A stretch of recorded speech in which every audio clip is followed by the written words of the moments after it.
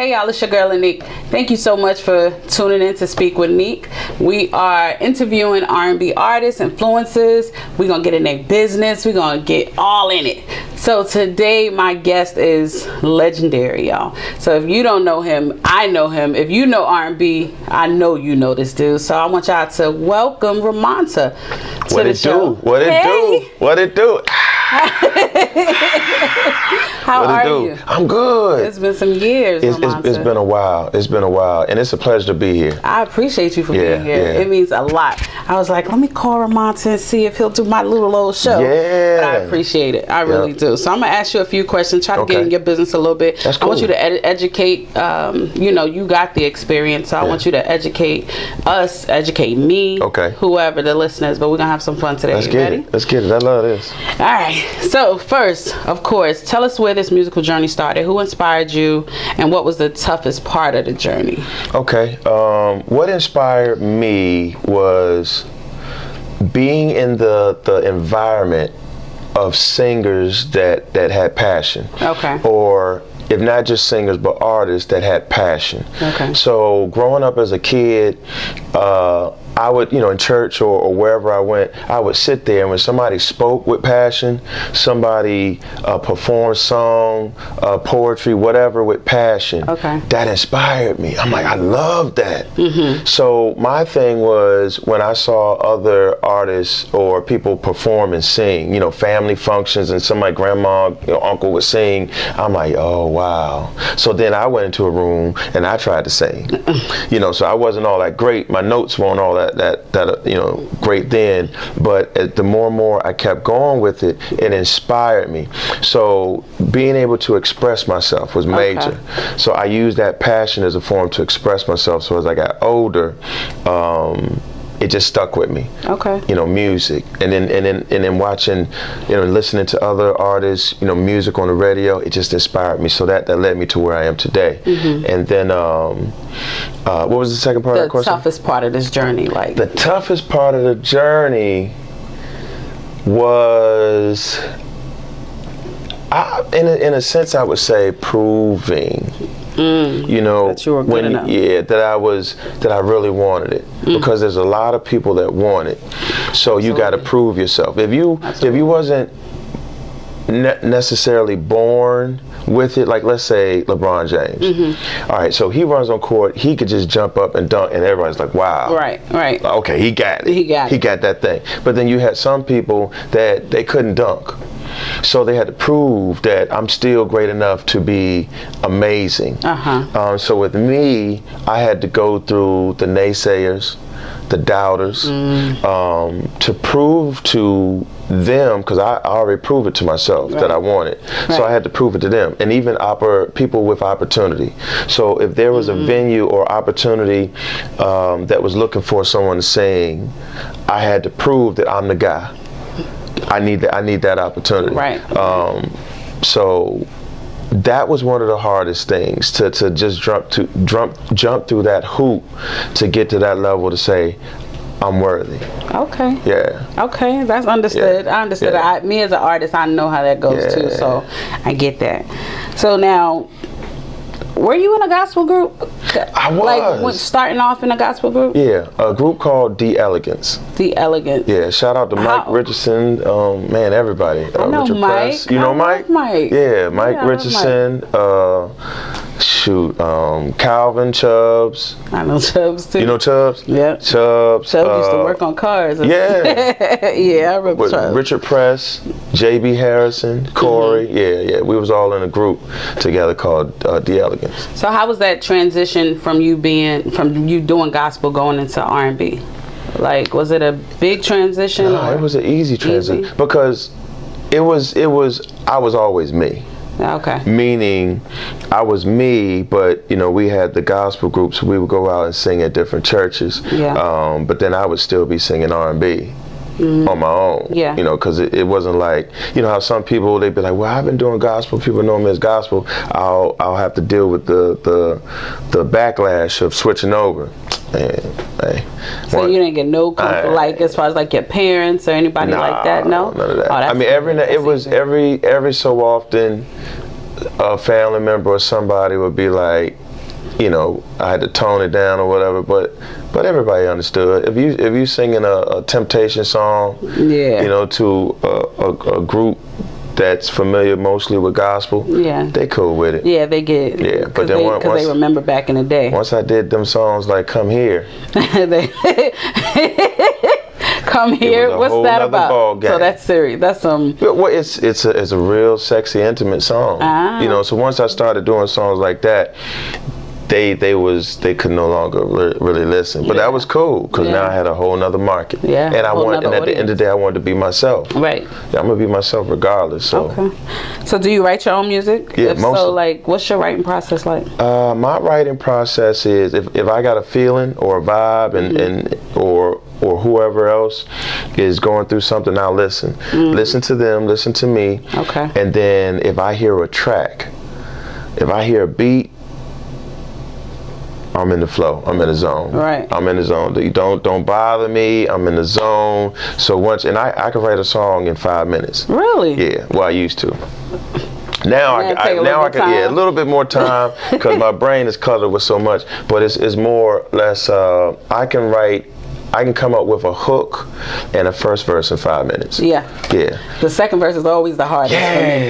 Yeah. You know, but it's easy for me because, and I know we'll probably get into that too, but with what I'm doing now with the vocal delivery, being able to just write a song. Somebody called me yesterday, the other day, and wanted me to do anniversary song. Now, I didn't know the anniversary song that he was talking about, but just that quick, I grabbed the track and wrote an anniversary song, just a hook and a verse, and bam, it was genius. That's dope because with the vocal delivery, and we'll get into that for sure, Right. but with that kind of keeps you on your toes as far as like with your penmanship. Yeah. So that's dope. Yeah. That's because that's a challenge. It is. And I love a challenge. Yeah. I love a challenge. Graduation, switch it up. So all of that's been good. But that's my thought process. I like to hear a track, get into the zone, whatever my heart, whatever's going on, and just focus on it. And I like to be somewhat like metaphors, almost like a rapper. Yeah. You know, they create metaphors. Yeah. So I like to create metaphors that'll make you think. So, but keep it somewhat simple, but make you think. I like that think music. Okay. Yeah, okay. yeah. So out of all your songs that you've already written, like what's your favorite one if you could pick one? What's your favorite song that makes you feel good? The best, I guess. I can't say. There's so many songs. Like I've written several songs, and because you're a writer, there's a little something special in every one of them. Right. So it's hard to say one particular one after so many. But currently, on the new project, Winning, Why Are You Here? Okay. So they need to get the project. Yeah, you need to get the project. Okay. Yeah. Okay. It's dope though. We're gonna do one of them. Winning. Dope. Yeah, that's the one I think we're performing. Okay. Yeah. So look, I could tell you one of my favorite songs from you, and this is from back in the day when the Foxy Brown flip one that you did. I've always loved that. Yes. Yeah. I've always loved. That's one of my favorite songs from you. Appreciate it. And I still do that song. Yeah, it was a dope remix. I did that yesterday. I still do that song. Like party get-togethers. Yeah. It's something that people know, and it's a familiar song that people can really. So they're automatically gonna get into it because of the beat and the melody. Yeah, for sure. What about an album? Do you have a favorite album? That like meant the most, maybe emotionally or. Okay, I will say the one now, of course. Of course. Melody Heals, which is the new project. It'll be coming out in the next couple weeks. But before that one was I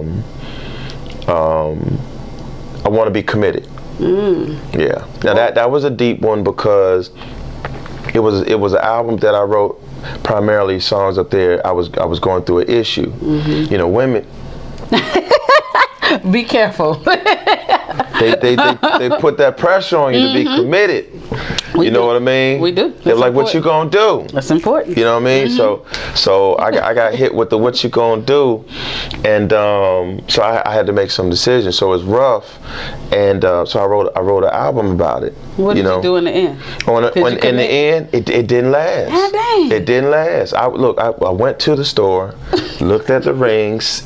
sent the picture. I'm in the process. But then it just never panned out, because one thing I realized that it was more than just being verbally committed.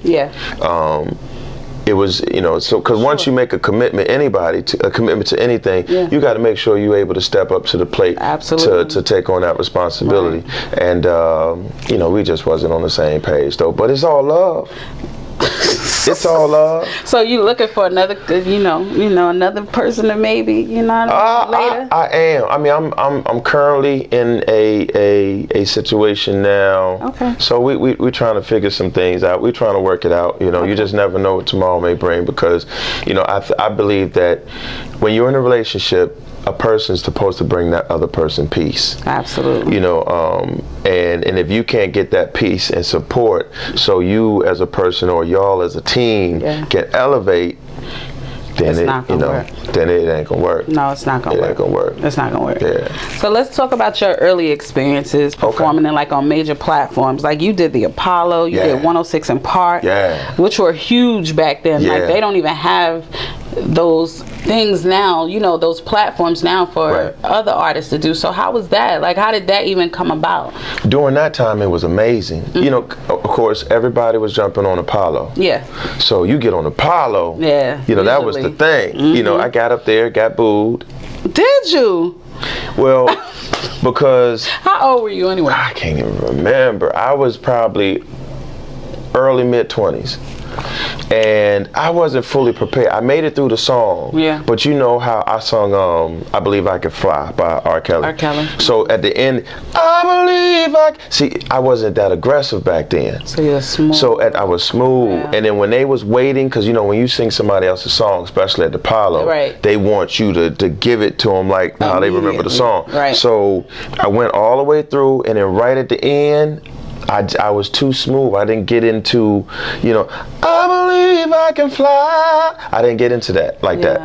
And then they was like, oh, that ain't, boo. Lauryn Hill got booed though, so it their boos it's not the end all be all. Yeah, he got booed too. So that was that experience, but it was a great experience. Right. And then 106 in Park was amazing because I remember that. I went with my team, so we was treated well. And it was beautiful. And then when you could sit back and then your city can look on a national station, a national syndicated station or network or channel, and they see you perform, they salute. Yeah, they got support. Behind you 100%. It was a real good look. So ever since then, I still got people now that was locked up that was like, yo, I seen you on TV, son. You remember, son, when you was on TV, son? Yeah, you got me through it, son. I seen that and I was inspired, son. Yeah. So it was a blessing, so yeah. That's dope. Yeah, that's dope. I wanted to sing after that, son. That's what they told you, the ones that was in jail? Yeah, it's like, man, I had nothing to do, son. I seen that. They must have been from New York, because that's how you say. You feel me? Yeah, they was from New York on Boulevard in Hampton. Right. So I remember out here, Virginia's for Lovers. We had our own little reality show. Yeah. And I remember that you was up there. Yep. Tell me about that. Man, that was, shout out to Corbin, Thomas and his wife for putting that together. That was a genius move. Yeah. It was great. It was. I don't know how they did it on the big reality shows, how they did it, but man, when we went out places to eat, y'all were recognized. Man, the food was free. Oh shoot! Yeah, you feel me? Good. The food was free. Like we'll show up, the food be free. Like we did events. We went hiking. We did we jumped out the airplane. Oh, dope. All that was free.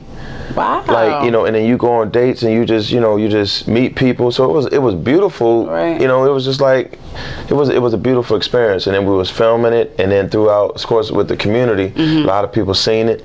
So that just took, a lot of the individuals that was on the show to another level. That's dope. A lot of people really got recognized off of that. Yeah, I totally forgot about that show. I thought that was really dope. Why didn't they keep it going? Or I don't know. I really don't know, because it was doing so well. Yeah. I mean, one thing with Thomas, he'll come up with brilliant ideas and shift it. You know, because remember the magazine? Yep. Magazine was amazing. And then he had that, and then for whatever reason, it just kind of died down. Yeah. Jumped into something else. Right. Jumped into something else. Jumped into, you know, VAs for Lovers, and then for whatever reason, he does a lot. He does a lot, and when something come up, he don't give you no warning. He'll just shut it right on down. You know how people, middle name is Zoom Zoom? His middle name is Shut It On Down.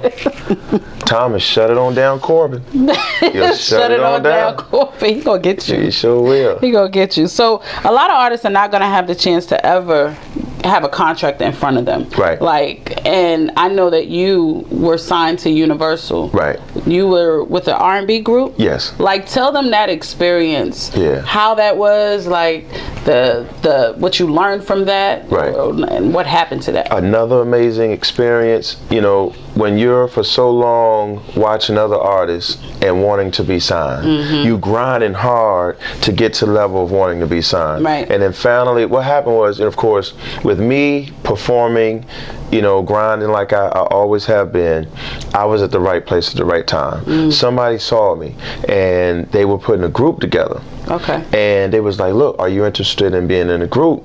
You know, we're in the process of trying to do some recording so we can get signed with this label. Right. And I was like, word, let's talk. Yeah. Sat down, talked, it made sense.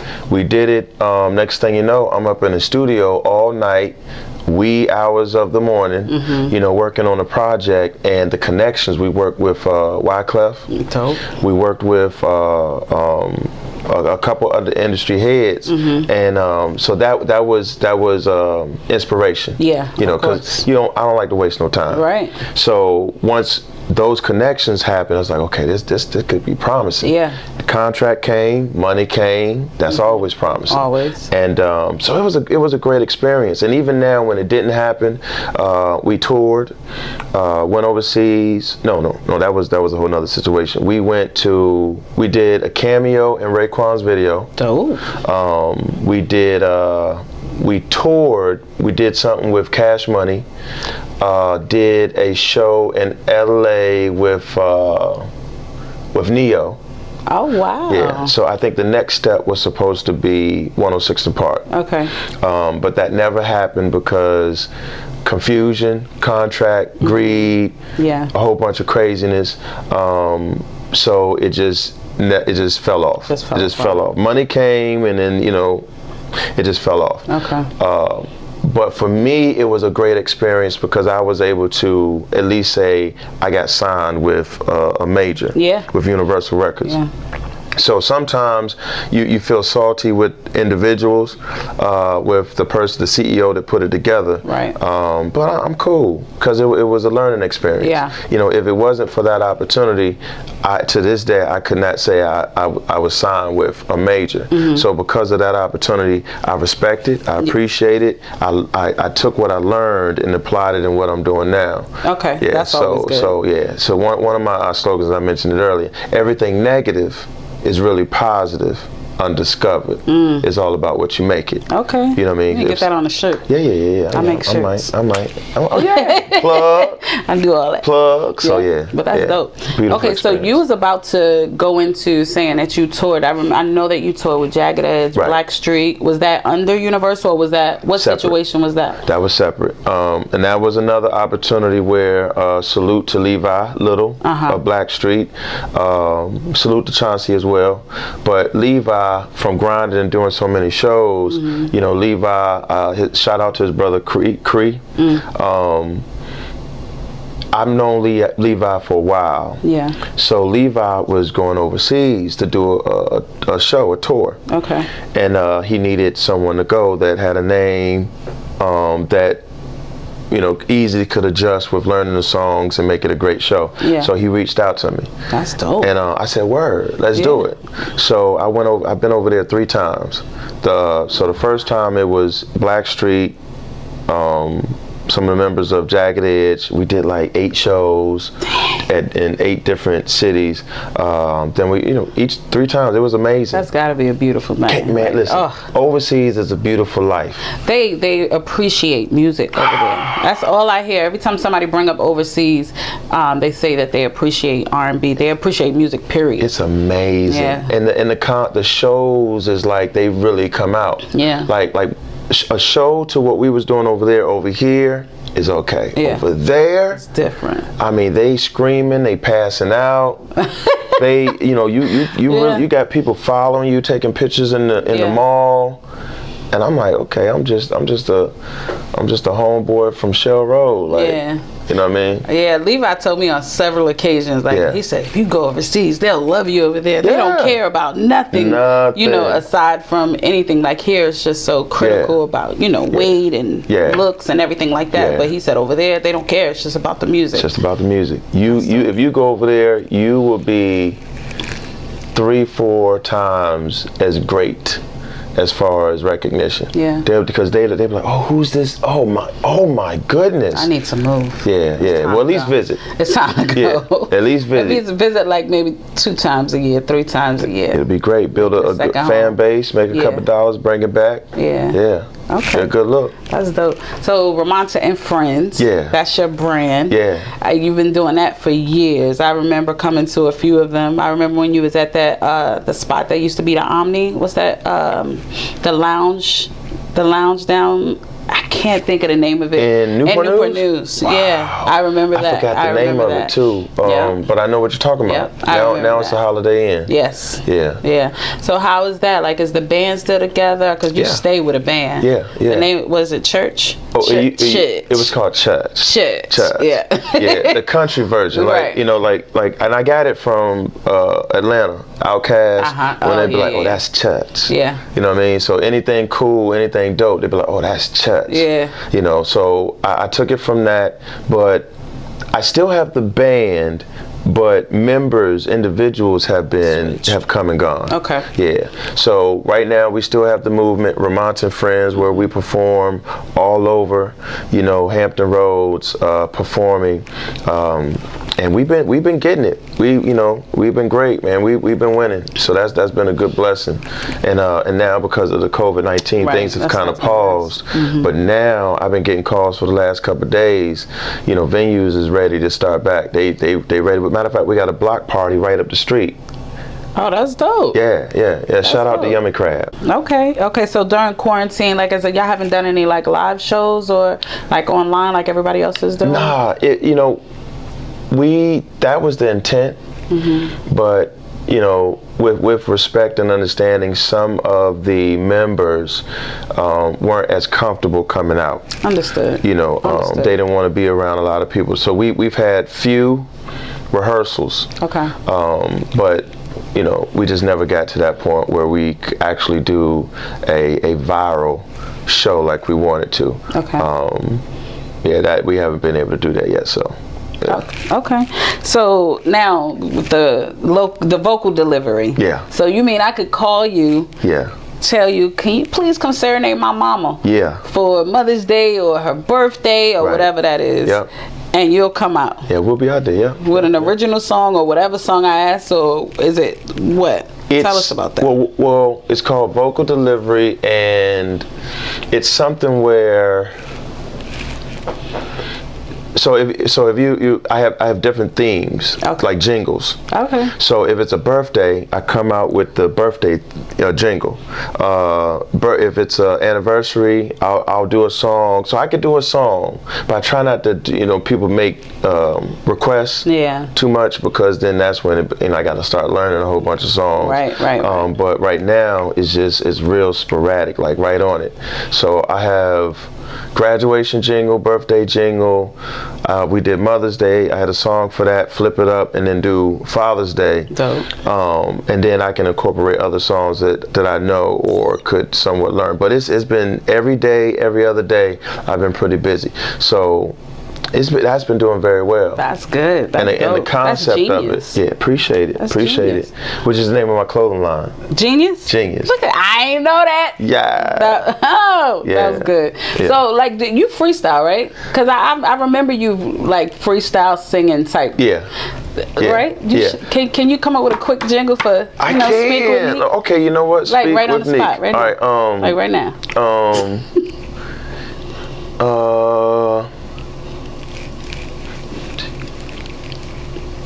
Let me see.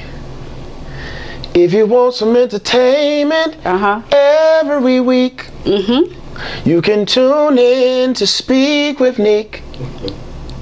I love it. You know what I mean? It's every week, ain't it? I'm gonna have to make it every week with that one. Yeah, you gotta make it. I'm gonna have to make it every other week. Okay.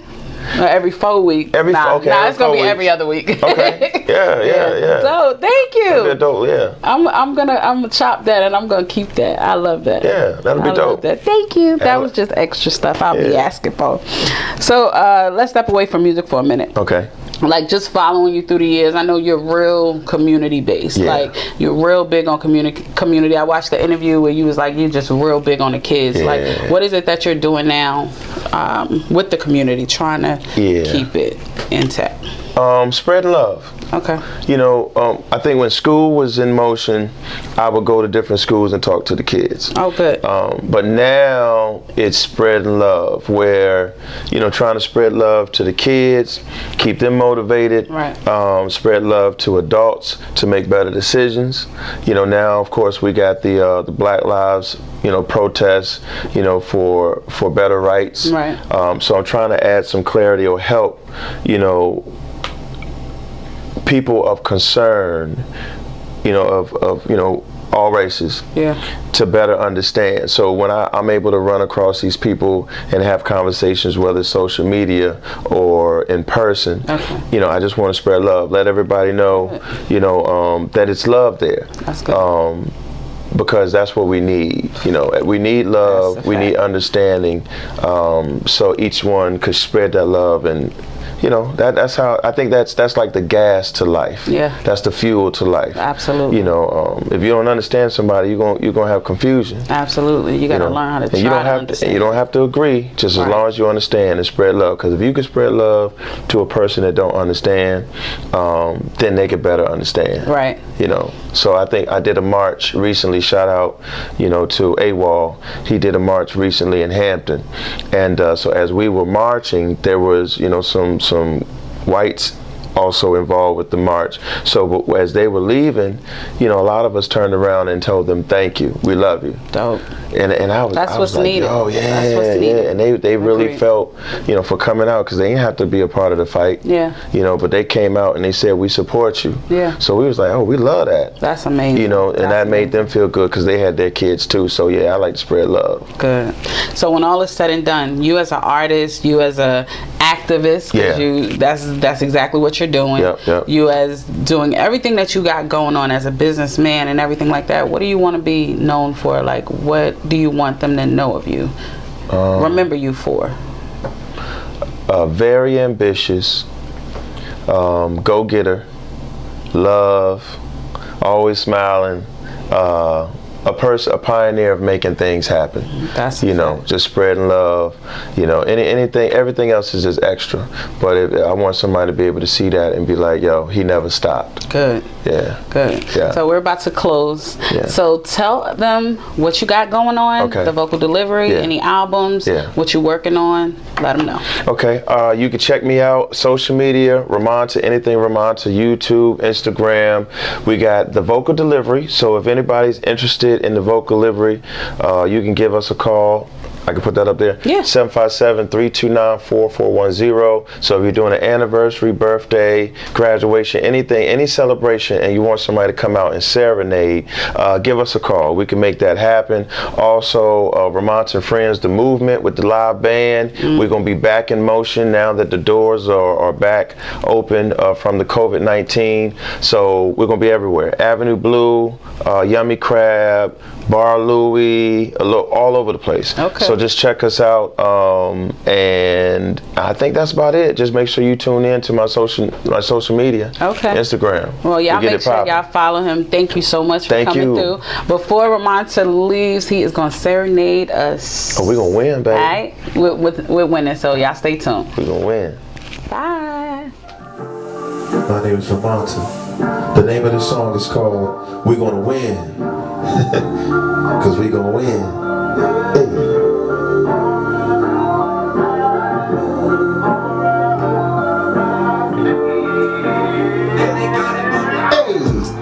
I'm Hall of Fame like Bubba Chuck. I'm doing layups on them haters. If you ask my niece and them, they would say Uncle Ro, he's the greatest. Hey, my little homie bought a Bentley coupe. He got that $1 million mindset, and what it takes to be #1. Only a few can endure that. See, I've been grinding a long time, yeah, living my life, yeah. If you can't help me move, I'm away. So we gonna win. Oh, we gonna win.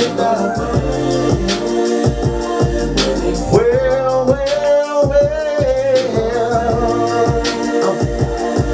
Oh, baby. Oh, my. Hey, I'm made in Hampton like a driver. I got my city on my back. Catch me cruising down a boulevard, like where it is, where it at. Hey, you see the devil thought he had me now. He must don't know I stay prayed up.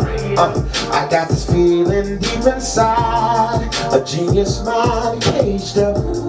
See, I've been grinding long time, yeah, hey, and living my life, yeah.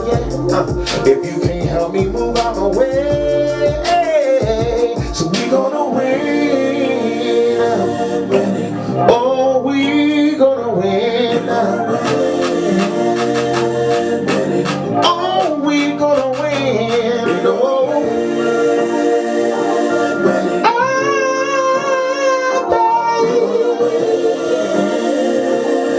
oh.